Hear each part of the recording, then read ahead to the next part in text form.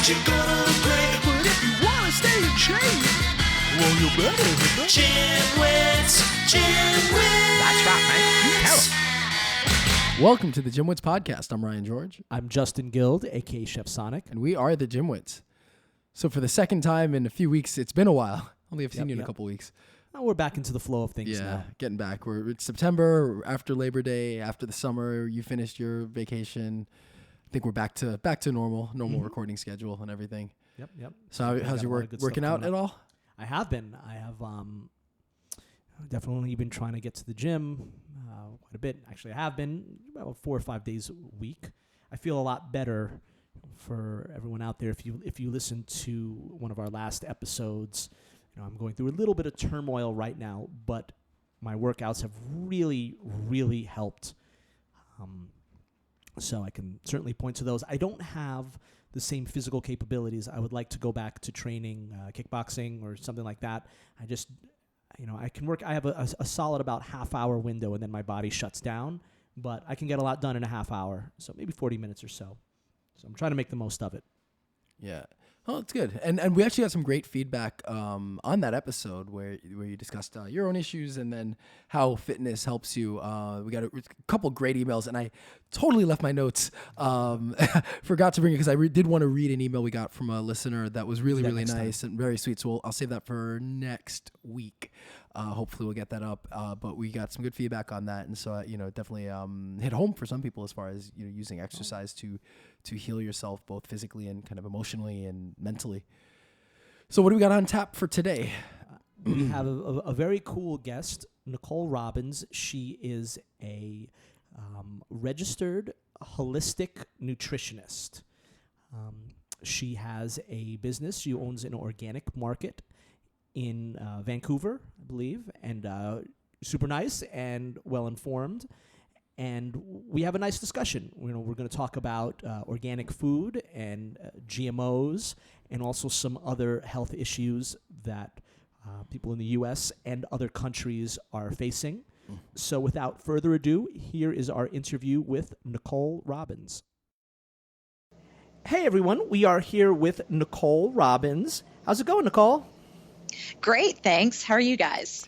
Very well. Now, Nicole is a registered holistic nutritionist, and she is an owner of Sprout. How do you pronounce it? Sprout Organic Market in North Vancouver. Oh, very cool. Very cool. How's the weather out there? It's beautiful. That's September nice. in Vancouver is the best month of all. Yes. It's starting to enter my favorite season. Exactly. I love fall. Best food too. Yeah, definitely. So as a fitness podcast, our first question before we really get into your own background is what's your own fitness and exercise kind of program or life like? Well, I live in North Vancouver and just at the foot of the North Shore Mountains. So I go hiking on trails with my dog at least 4 times a week. Wow. And I'm a huge fan of bar fitness. I've become a total addict. Wait, is that where you go to a bar and you take a bunch of shots? Is that bar fitness? That's on the weekend, but what I do is it's a huge fad out here. I'm sure it is where you guys are too, but it's a lot of ballet moves and it's total body and it's amazing. I also do Pilates on the Reformer. It's just transformed me. Excellent. So now I know you've mentioned that you have. I've read that there was an interesting kind of, or I guess your son. You had an issue with your son's allergy that got you into food science. Can you tell us a little bit about that, about the scare, and how that kind of transformed your own views on food? Absolutely. So when my son was about 16 months old, he had sort of grabbed, it was around the holidays, so that we had a nut mix on the table and he grabbed them and he was eating them and I never thought anything of it. He'd gone for a nap in his stroller and we were walking around the neighborhood, and when he woke up quite distressed and he was pulling at his ears, and I took off his hat. and I noticed his ears were red, swollen, and almost unrecognizable, and his eye was swollen shut. And when I lifted his shirt, he had hives all over. And initially, I thought that maybe he got stung by something, because this had never happened before. But we went to the clinic, and they started saying, "Oh, well, it might be food." So then we started backtracking, and then got some testing, and it turned out that he's anaphylactic to cashews and pistachios. Oh, wow. So it was a huge shock to us, and that's when it started. And I already had been quite good about diet, and we were eating organic right when I got pregnant with him. But it's when I really, really began to appreciate how when you eat food, it's the only time you take the outside world into your body other than when you take a breath. So everything you put into your body should really count. You are what you eat. Yeah. To say a cliche, but you really are. No, absolutely. So now, So then how did this then get you into as a career in food? Well, because the more I looked into it, the more I realized, okay, so why do so many kids have allergies? Because it was becoming more and more prevalent. And the more I talked to people around me, the more I realized there were so many issues out there. So it started getting me to really question, like, what is it? Is it the food we're eating? Is it the environment we're living in? Is it the quality of the food we're eating, where it's grown, how it's grown? So all of those questions really started coming to the forefront. And then I looked into where some of our food was coming from, and some of the food issues that are now, you can look on Netflix anytime now and start watching any food documentary. And we get a lot of people in here who, will watch a documentary, come in and go, "Oh my God, I cannot eat anything that I've been eating. I need to start shopping here and looking at my food a bit more." So it sent me on that path. And so I went to the Canadian School of Natural Nutrition, and it really brought it to the forefront for me, and it really became my passion. Wow. So now you are a holistic nutritionist. What is the difference between that and a dietitian? So a holistic nutritionist will look at things, not just the food, but like a dietitian is more science-based. And not that a holistic nutritionist isn't, but we look at the whole person. So we'll look at, what is happening in your life. Are you getting out into nature? Are you connected with your spirit? Is there enormous stress in your life? Because all of those things make up who we are. And if you're having health issues, they can often be the foundation of that. Now, with a registered dietitian, they tend to be more like, looking at grams of fat, and it's just more science-based and more clinical, not the whole person. Okay. Mm-hmm. So now about your business, tell us a little bit about it. So Sprout Market is a great little shop. It's not a big one, but we have everything that our community needs, and we're 100% organic. So we have things like grass-fed, pasture-raised meats. We have dairy, we have produce, and we've been here doing our store for 5 years. But we were a home delivery company that started in 1999 when really there wasn't a lot of organic food available, and it was started by a friend of mine, and we bought it in 2009 and transformed it into a retail store. So we have like all sorts of things like eco-friendly household cleaners, bulk foods, produce where we go direct to the farm. That's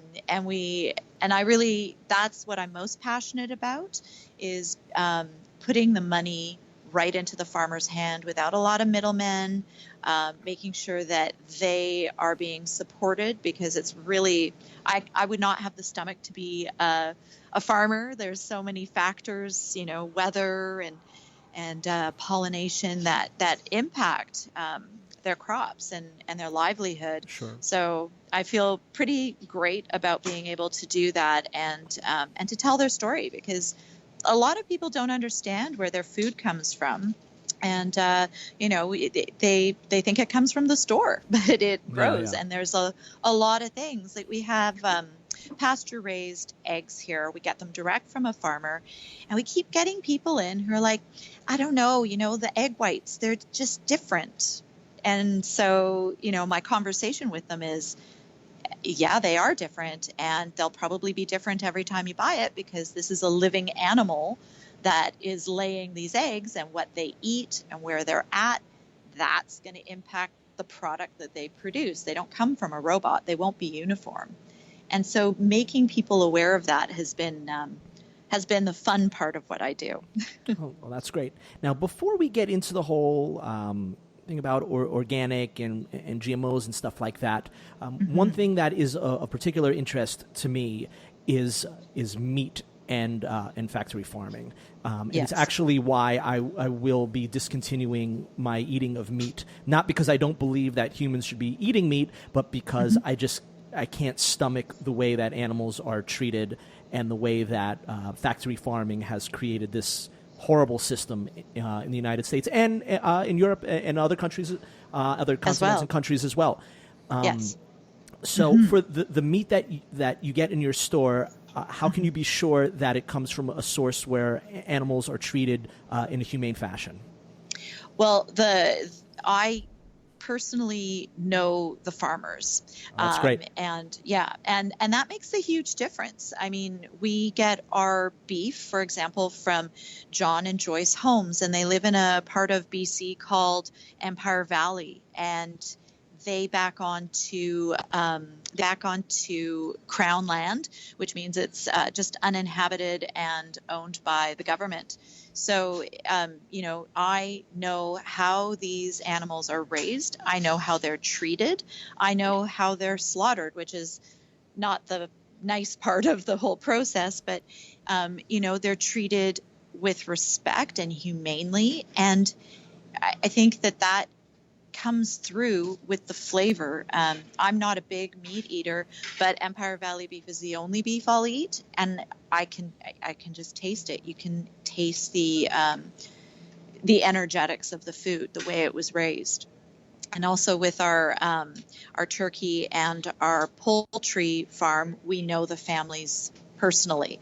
So that is how I'm assured, and why I stock it. Otherwise, I probably wouldn't stock it at all. That's great. All right, so Yeah. I guess that's I think that's fantastic.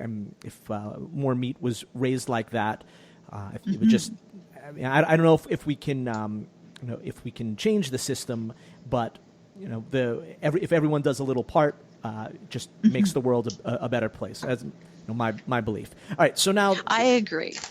big question. Why organic? Why organic? Well, Organic Week is actually coming up here in Canada. It's a big thing. Organic is really important, and it's important for many reasons. First of all, you want to look at smaller farms, but organic farming means that there are processes that they go through to obtain certification, and those processes they're rigorous. They are tested and monitored often. There is no pesticides or herbicides sprayed, and they tend to be smaller farms. There's a lot of talk about no non-GMO project, which has been a really important project especially for North Americans, because in Europe they don't really go for a lot of genetic modified food, but in North America in particular, people need to be aware of how their food is grown, and the non-GMO project, while important, does not ensure that pesticides and herbicides aren't used in the process of growing the food. And when you choose certified organic produce or food, there can be no genetic modification anyway. So it doesn't need to be certified non-GMO if you're buying certified organic foods. Okay. No, so I guess my my question would be, does being like kind of pro-organic automatically make you anti-GMO, or is there like, are they mutually exclusive, or is there a place for both of them to kind of coexist? I totally think there's a place for both of them. My personal feelings on the non-GMO project is that, it's sort of devalued organic, that people get confused. They think, oh, well, it's not GMO'd, so it's safe. But there's still a lot of herbicides and pesticides used, which are really harmful to the environment and to our health. So I think there's a place for both, but I personally think that it's done a bit of a disservice to the organic industry. Okay, yeah, and so, but I mean, not kind of independent of the non-GMO movement. I mean, is there a place for GMOs and organic to coexist? No. So they're mutually exclusive. They are mutually exclusive. Absolutely. There's too much cross-contamination that can happen because not all farms around each other will be organic. They will often, so you have to have buffer areas. If you're growing grains, for example, there's blow and drift that happen, and then organic fields can become contaminated with genetically modified foods. So no, they really can't, they shouldn't coexist. Okay.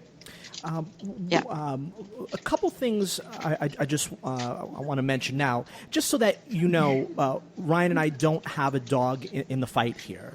But we are truth seekers, and I'm a very spiritual person, and I certainly agree with you. What you put in your body makes your body, and I believe in what you put out into the universe, you'll get back in a good way. Yeah. Ryan basically believes he's a very moral and a good person, but believes we turn to dust, and that's it at some point. Yeah. So yeah, totally. I totally agree with both of you. I think that's cool. So I wanted to just address a couple things. You said that organic food doesn't use herbicides or pesticides. I've heard Correct. That organic food does use pesticides, but they are organic pesticides, that they need them because certain crops will just be destroyed or eaten by pests, or herbicides as well, but they have a different standard by which they use pesticides. Well, I think that it's the term organic pesticide is very misleading. So they have formulations that they'll use that might contain like soaps and stuff to deal with aphids, but it's not a pesticide. And there's so much confusion out there about organic, and there's a lot of misinformation, but there is no chemical like pesticide or herbicide that can be used if they're to maintain organic certification. Okay. There are a lot of farms out there that call themselves organic. Like we're organically grown, but to be certified, they cannot use pesticides or herbicides. Okay.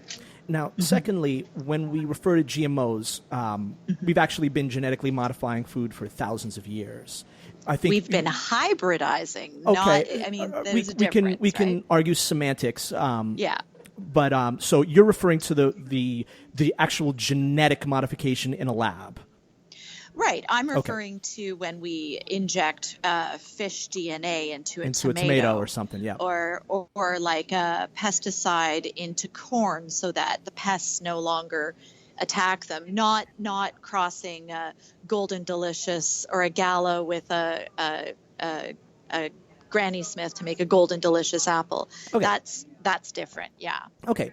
So I guess that brings us to the next question, which is, are GMOs inherently bad? Well, and why? I think the jury's still out. Intuitively, to me, I think, there's a lot of research that goes back and forth. And depending on who's funding the research, you'll see varying outcomes, obviously.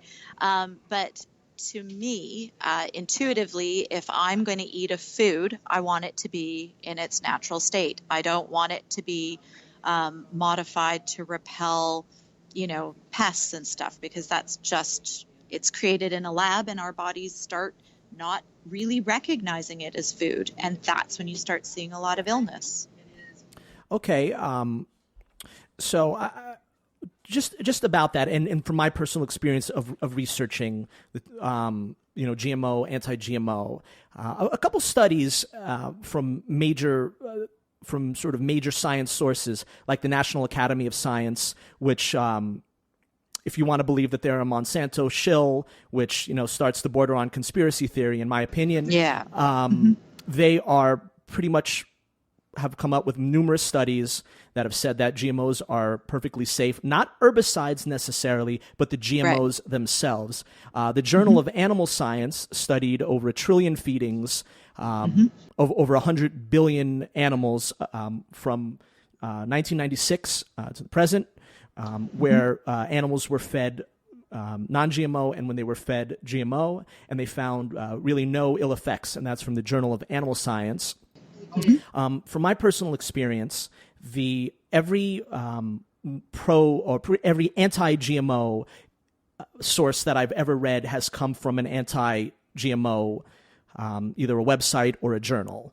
I have yet to find a third-party study on for anti-GMOs. And I would certainly like to read one, because I feel that third party is really the only way. If you have a dog in the fight, if you have an ideology, it's going to skew skew your opinion and skew the research, which, and as we all know, statistics and research can certainly be pushed in whatever direction the person who is financing the study. And I'm just curious to know what would your opinion be on mainstream science generally being pro-GMO? Well, it's interesting, because I totally hear you and I agree with you. I would like to read some third-party science-based research as well. And the problem is that the testing, it's not on humans. And that's, obviously we're not going to test it on humans, but all you have to do, and that's the problem with this, right? Sure. There isn't, no one's going to research it on humans. I guess we are basically in the middle of a science experiment just by having it out there in the world. It's just not controlled in any way. And so, I agree with you. There needs to be more, research done. Animals, what kind of GMOs are they eating? All you end up hearing is anecdotal evidence where people are like, I ate this for so long and now I have gut problems. So is there room for GMOs? I can't say that I feel that there is at this point until we have some more information. We need data. We need to understand what these foods are actually doing to us, not to animals. I know animals are the best we can do at this point, but our bodies are made up very differently. So there are a lot of different factors. So it's a really huge debate that keeps occurring, as you know, and there's so many people that are just conspiracy theorists, and you almost have to shut down and discount them right away because there's just no science behind it. Yeah, and I think that also, we see some of the business practices of some of the companies like Monsanto that kind of are morally sometimes not the greatest. Bankrupt. And that also can contribute to our own opinion sometimes of the product that they're bringing out. If they're willing to treat farmers in a certain way, what's to say that they're not going to assign the same type of moral practices to how they do their science or not? But the good thing, I guess, is that we have a sample size of billions of people that in at least 50 to 100 years will have a pretty good idea of whether or not GMOs are good or bad. But I guess my question is independent of the science, because it is true. There are numerous studies and it's all over the place depending on the source. But the one issue right now with organic is that it is very expensive. So what does the industry do? How does the industry change so that it's accessible to everyone? Because at the end of the day, you have to, we live in New York City, and if you want to eat organic, you're spending an enormous amount of money. Yeah. So if you're in a low income family, or even if you're a middle income family, it's really expensive. So where is the industry headed to combat that, which I think is probably the biggest problem? Because kind of anecdotally, I definitely have noticed I feel better when I do eat more. Right. I don't know if I'd say organic, but especially when it comes to meats. Yeah. And just when I'm eating cleaner, I feel better. So I think, where is the industry going in that way? Well, this is the chicken and the egg, right? We just keep going around in circles with organic. It is expensive because of the scale of farming. And that's the thing. The hope is that with more people choosing organic, it'll bring the price down. But God, that could be a long way off, right? So it's farmers markets, it's growing your food, it's all of that, right? Like if we're going into Whole Foods, it's going to be really expensive. And maybe with Amazon, purchasing Whole Foods, that helps to bring it to the masses and bring the prices down. But where we're going as an industry, I'm not seeing much change. I've been in it for a while and it is expensive, but truthfully, the more we choose it and the smaller scale we go, the better quality and the better pricing you end up finding. Which then I guess presents another problem, because kind of paradoxically, with something that's good, where the population is expanding, at a rapid rate, and who knows if we're gonna, if it'll slow at any point. But then GMOs are obviously easier, or might be just necessary in order to feed that many people. So it presents a problem. Yeah, it's a huge problem, and you're absolutely right. And now we've got things like, look what's happening in Florida. Like, climate change is just ramping up, and whether it's global warming, whatever, the climate's changing. I don't think anyone can really argue that anymore. And so, now you've got these other factors that will come into play. I was looking in the news today, and with Florida, like the crops, how much of your produce comes from California, living on the East Coast? Florida, sorry, quite a bit. So, then you look at that and the scale of what we need to grow and the heat waves and then the rains. Like, honestly, I think we're going to see that food is going to become a global issue with prices increasing. And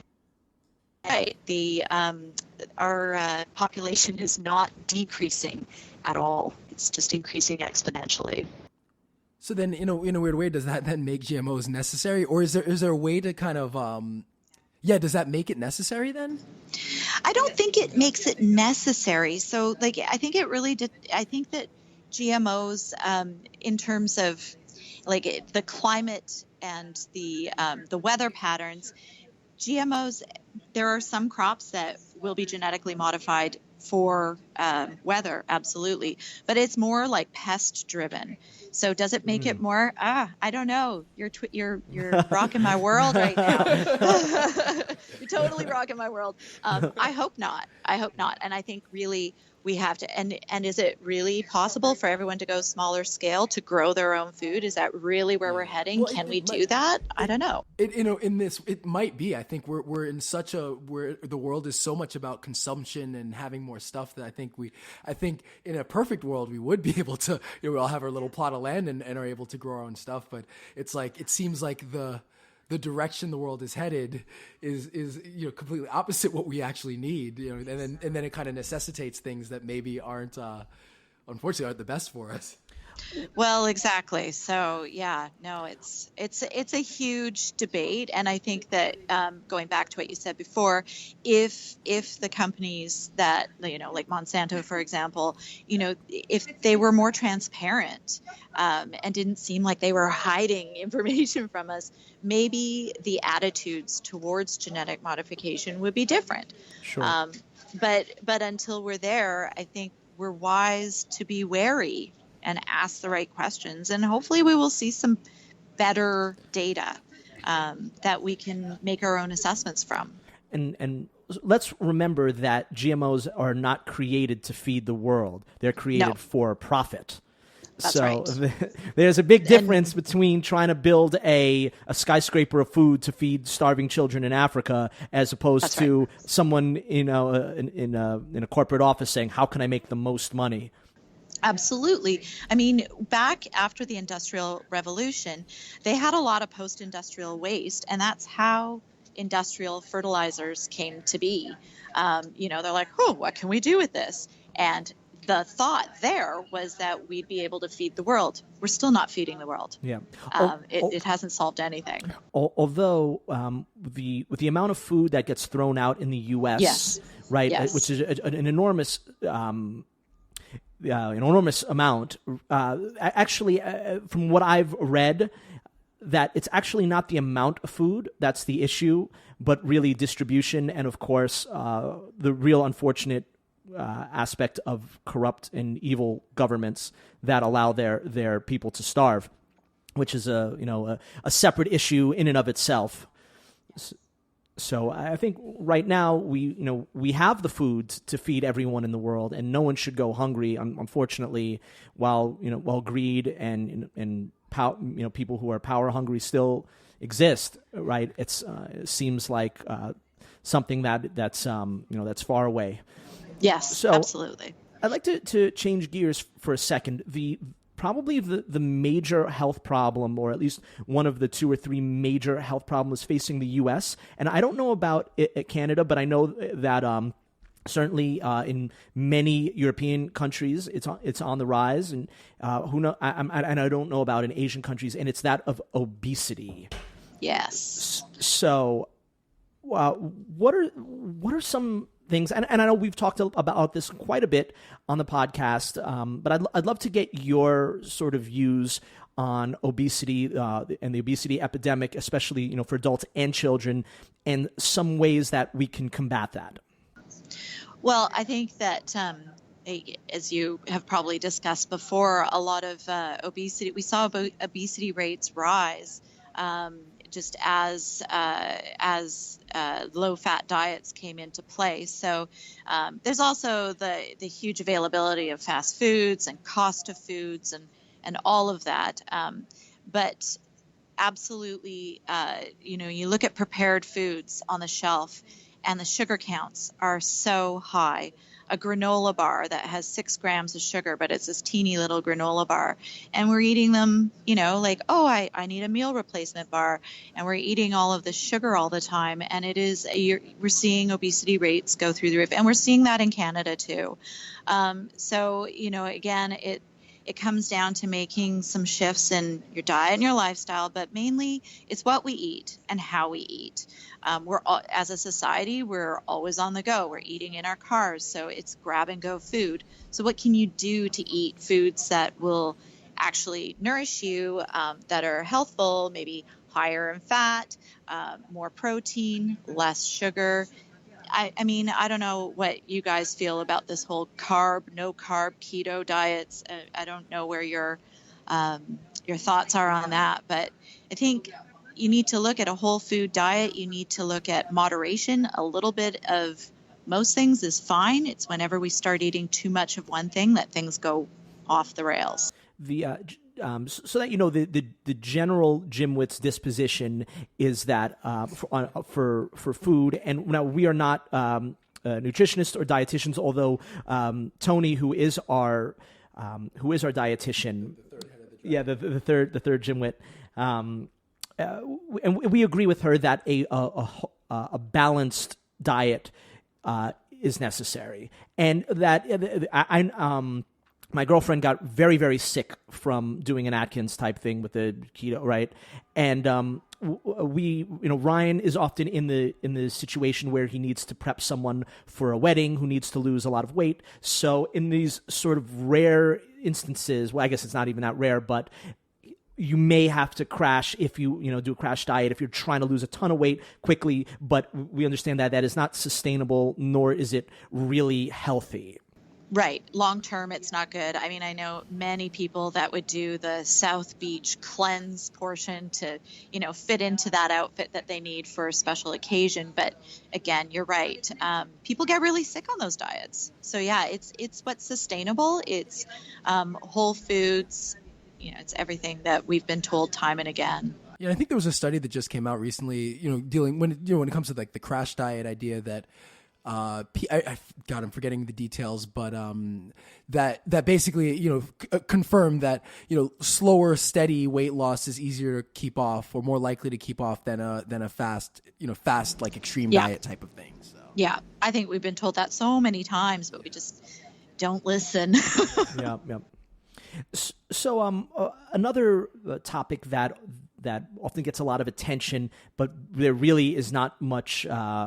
There's really not much evidence about it, and there's a lot of money made on it. Are supplements and the effectiveness. Now we know that the best way to get your nutrients is through healthy food. I'd love to know your opinion on supplements. Are there some supplements that you feel work? Are supplements in general a sham? Or like, what's the deal? I don't think they're a sham. I think some of them are a sham. There has been research, and I can't cite it right now, where they'll take varying vitamins off the shelf and test them and see what they are. A lot of it is filler. A lot of it is undigestible. I think that I always look for food-based or food-based vitamins and supplements, which are hard to find. But sure. But truthfully, I personally would only go for food-based because I've spoken with hydrotherapists who do a lot of colon work, and when they're doing hydrotherapy, you would not believe all the supplement pills that come out whole and that have not been digested at all. So, if you're going to spend the money on supplements, and I think, in a perfect world, we would be getting it from our diet. But the reality is our soils are depleted. We'd be sitting in front of the fridge all day long eating our veggies and fruits if we were going to get 100% of it from food. So I think that we do need supplements, but I always look for food-based supplements and probiotics. I think probiotics are really important. Absolutely. Mm-hmm. Now, one more sort of buzzy word that's become really popular in the last 10 to 15 years, but I personally believe is really misunderstood, is the word detox. Yes. So I'd like to hear your opinion on that. Yeah, I think that, our bodies are always detoxing. Every time we exhale, we're detoxing. Yeah. And I think that people become almost pathological cleansers and detoxers. I think there's times when we need to adjust, right? You think, whoa, after Christmas, I need to clean it up. Yeah. So I think you make minor tweaks along the way. I think unless you've been living a pretty toxic life with lots of metals or just, whatever it is that you do for a living, perhaps you have a lot of environmental toxins, then you probably need it. But I think that it is a buzzword, and I think it's become an industry, sure. Probably quite a profitable industry. Sure. But most people don't need to detox. Again, it can be seasonal. It can be, just making minor tweaks, drinking more water, adding lemon to it, cutting out red meat for a week or something. I think those are the kind of detoxes that are a little healthier for you. But there's so many people that are just detoxing nonstop, and I think that they're doing themselves harm. Yeah, and I think that detox, typically the way that they're good maybe is as a mental reset. If it's not extreme, it's like hitting the reset button. So while it's physically not going to do much, the idea works. But yeah, I think it is like anything in health and wellness and fitness. It becomes an industry that can then snowball, and then you have all kinds of people selling stuff that. Absolutely, like these juice cleanses that people do. I mean, what does that do to your blood sugar? And they're all weak and like lying in bed with headaches. I mean, that's not good. Yeah. It's just not good. Well, Nicole, this was a fantastic conversation, and I'm so glad to be able to speak with you. I feel that people get really heated over sort of pseudo social political health debates, and I felt like you really sort of have a solid disposition, right? You certainly, you have your belief in sort of your core values, but you're open to hearing evidence and to seeing where things go. And I really think that that's the way we should all be. I agree. Thank you so much, guys. It's been a real pleasure. So now, the market is Sprout Organic Market. Can people order stuff online from you, or is it just a physical location? Yeah, we've actually just started an online store. It's sproutmarket.ca. Okay. And do you deliver to the U.S. or just we actually do have a good deal of listeners in Canada, so hopefully that helps out. But do you deliver to the U.S. as well? Yeah, we do. I just sent a package to Sunset Beach, California. Cool. I know. Awesome. That's nice. And we will certainly put everything in the show notes so everyone can check it out. And can people find you on social media? Absolutely. We're at Sprout Market on Facebook and on Instagram and Twitter.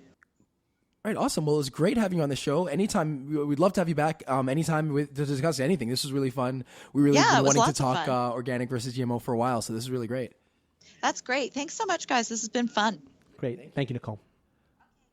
All right, so first off, I want to apologize. Justin can read. It's just that in the show notes or in our notes for the show for today, I wrote Sprout as it's spell checked. The iPhone spell checked and corrected it for like Sprouse. So when Justin seemed like he didn't know how to read Sprout. It's not that he can't read. It's just that it actually said Sprouse, and I think he was confused. Yeah, you were pretty confused. Sprouse Organic, and I think I was gonna say them. Then she kind of laughed. Like, wait, I think she almost laughed, almost like, wait, he can't spell sprout. It's a pretty common word. What do they teach them in America? Yeah. So anyway, that was a good discussion. It's interesting that, strangely enough, it would appear that the morally right thing to do is to go with GMOs, like regardless of your regardless of your stance. Like it's weird how all this stuff works out, because we think that we kind of associate organic with just moral. We don't even think twice about it. I do it, you do it. We just do it kind of naturally. We think, organic, it must be good. It's good for you. It's healthier. Well, when certain things, especially with meat. Yeah. I definitely agree. I think meat is definitely much more moral. Again, I don't know a lot about the different business practices, but there may be moral or immoral things going on. Who knows? But just from the perspective of the world, the fact is that whether you like it or not, and again, maybe the jury's out, although I think there's enough research out there that I would tend to I would be on your side as far as saying that as of now it doesn't look like there's anything wrong with GMOs, but that's what the general even if we agree, even if we agree that the science is out, at the end of the day, it's just we have to feed a growing population, and if you can genetically modify something to withstand, whatever, and that will help you feed a country or feed a continent, then you're under a moral obligation to do it. I'll touch on what you just said too. A major proponent of anti-GMOs is actually the use of herbicides and pesticides. Mm-hmm. Although we're actually finding that with a lot of genetically modified foods, we're actually able to alleviate some of those needs, right? Especially with the pesticides, and I'm sure they're working on herbicides, although there are other issues. I'll quote Bill Nye. If you do too much to make strains plants resistant to either pests or other weeds, it can damage the ecosystem because one thing affects the other. So that is a potential problem with it. But theoretically, it would work great if you could make a strain of crops that are resistant to pesticide or to pests or won't have weeds growing. That would actually alleviate the need for pests, which is funny because it's a major component against GMOs. Yeah. Well, I mean, I think it's a layered subject, and there are many angles that you can look at this at. But a lot of this is framing and media and how things are portrayed. So, we kind of tend to think of GMOs often as like Frankenstein's monster. And the reality is it's just not. I think it's not that. It's not. And yeah, you're right. We think of that. And I think there's a big emotional and spiritual component as well.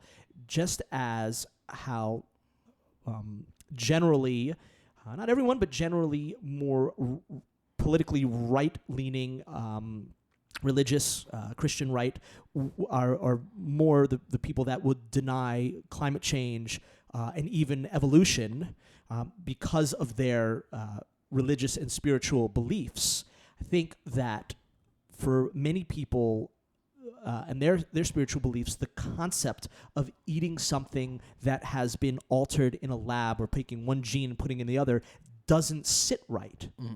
Right, especially if you believe in nature, you want things to be natural, or even though that word almost is what does that mean? Natural. Yeah.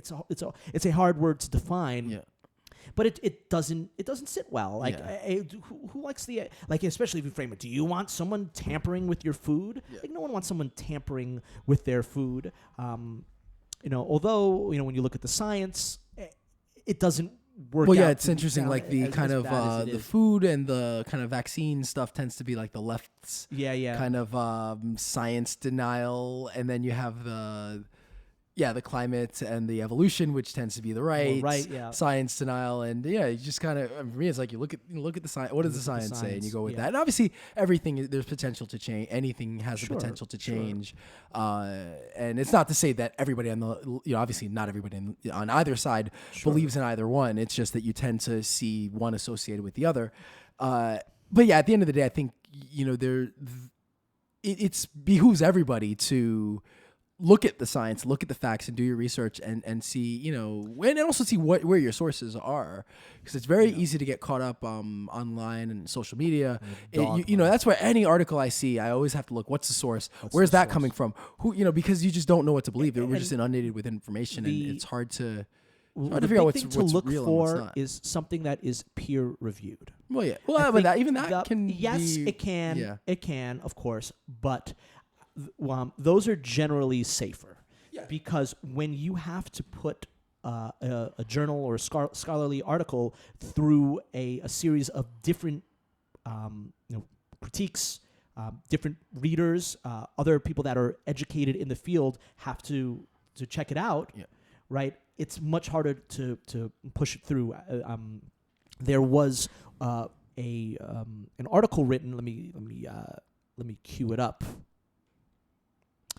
It was written by, I'll get their name right, Giles Eric Seralani, and he basically had to have a paper retracted by the science community, basically saying that rats that were fed genetically engineered corn developed grotesque cancerous tumors. So, basically after peer review and after it was out there, he was forced to sort of take it back. And then he actually republished it in a non-peer review anti-GMO journal. And of course, this is coming from Forbes, and we will include this article in the show notes as just an example. Now, of course, I'm sure there could be on the other side as well, people that have economic incentives for GMOs that are going to only publish pro-GMO information. So check out your sources. We'll do your research, and I think it's a debate that's out there, and I don't think they're not mutually exclusive. I think you can, there certainly, as we talked about, when it comes to eating meat, I would rather spend more money, especially being, again, we live in a first world country where we're doing okay. So I'd rather, spend more money and eat something that I know has been treated right.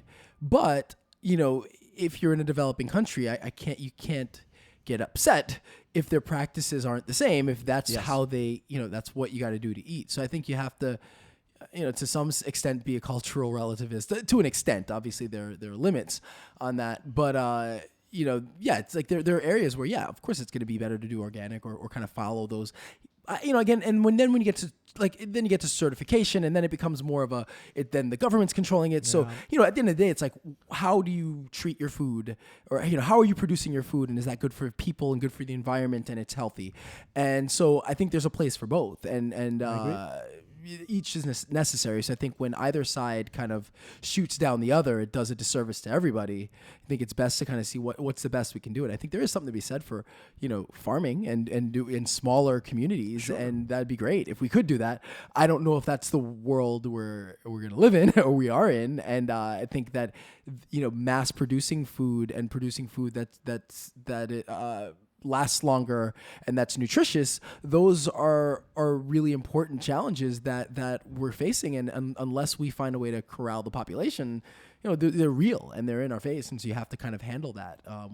And so in that way, it's like no matter your view on it, whether you think GMOs are like Frankenstein's monster, I think it's probably necessary right now. And I think that we get very wrapped up in our first world culture, and it's so easy when and believe me, there are people living in the United States, in many parts of developed European nations, Canada, that are poor, that are not living well. But when you look at, from my experience, when you look at the people on different sides of this debate, it's often not those people. That's what I found. That, for instance, proponents of anti-GMO, I've done a lot of, from what I'm reading, once again, I am not going to state this as fact, are generally more middle to high income people that have the opportunity to purchase more expensive food, and maybe it tastes better, maybe it's more nutritious, although we know the jury's out on that. But that's what I found, and generally, people that are lower income are not going to concern themselves. Once again, this is my opinion. I have no fact to bet, no studies to back that up, but that's what logic would say, and that's sort of what I believe. Also just can't afford it. Yeah, if you can't afford something, right, you may like the idea of it, but if you can't afford it, you have to feed your family. Yeah, but I guess that's a challenge, I think, for the industry, is how do you, I wonder if there is an answer to that. Like, how do you make this viable for everybody? Yeah. Is there a way to do it? Is there a way to make, because there are benefits. There's potential good that can come from it if you can make it viable for everybody. Sure. You can bring the prices down. But food prices just in this country are a big issue in and of itself. You know what I would have asked? Thoughts on lab grown meat. Because that presents an interesting, that presents a really interesting moral dilemma, right? Like, if let's say you are very much, let's say you're the most, like, you're not the most, let's say you're really anti-GMO, right? Well, lab grown meat is it obviously is got to be a GMO considered, right? It's grown in a lab. It's meat grown in a lab. I don't know if it's considered a GMO or what, but it's still like genetically you're making meat in a lab. So I would think you'd be against that, but you'd be saving. Well, the borderline terrorist organization PETA came out and offered something like $10 million or something, which is a joke for anyone who could create lab meat is worth billions. But so how do you worry that the GymWits does not represent the thoughts of the GymWits? It's just the rogue element of the podcast who said that. If you're a member of PETA, we do right. If you're into if you're a PETA member, stop whatever you're gonna say. Just slow down. Look, I like animals. I'm stopping my consumption of meat. But the bombing of cancer labs, that use animal testing, in my opinion. Has that happened? Yes. Okay. All right. Well, let's steer away from our. PETA, let's steer away from that. I know what I was saying is, where is that a moral dilemma? Lab grown meat versus if you're against genetic, is lab grown meat worse than eating? Like, let's say. I guess you could just not eat the meat, but I would think lab-grown meat, if you could do it and it tastes good, and it poses good, and there's no health issues, then is that good or bad? I think it would be a wonderful thing. I think that that if you could run factory farming out of business or scale it down tremendously would benefit society as a whole. What about all the cows that just will never live because we don't need to, do they deserve? They'll never live, but they'll never suffer too. Fair enough. So. Okay. We'll end that there before we offend anybody, because it could go anywhere. It could go either direction. Many directions. Yeah. So let's just end it there. All right. I think that's enough. As usual, all of our stuff is at thegymwits.com. Our website's back up. It was down for a week and fixed it. Hopefully it's working a little bit better. As usual, if you have any questions, ask the trainer, ask the dietitian. We have Tony coming back next week. So if you got questions, actually, when you're listening to this, she will be in here a day or two later. So if you do have any nutrition questions, send them in immediately because we can do an Ask the Dietitian while she's here recording. She's usually in here every couple weeks, so you may miss her for a few weeks. And we've been getting some really wonderful, great emails and messages from you guys. Keep it up. We love to hear it, and we love to put anything out there that can help. Cool. So all of our stuff, again, GymWits.com. Like us, follow us, keep listening to us, rate us, review. We love reviews. That helps us a lot with our rankings, so keep it up. And that's it. I'm Ryan George. I'm Justin Guild, a.k.a. Chef Sonic. And we are the GymWits.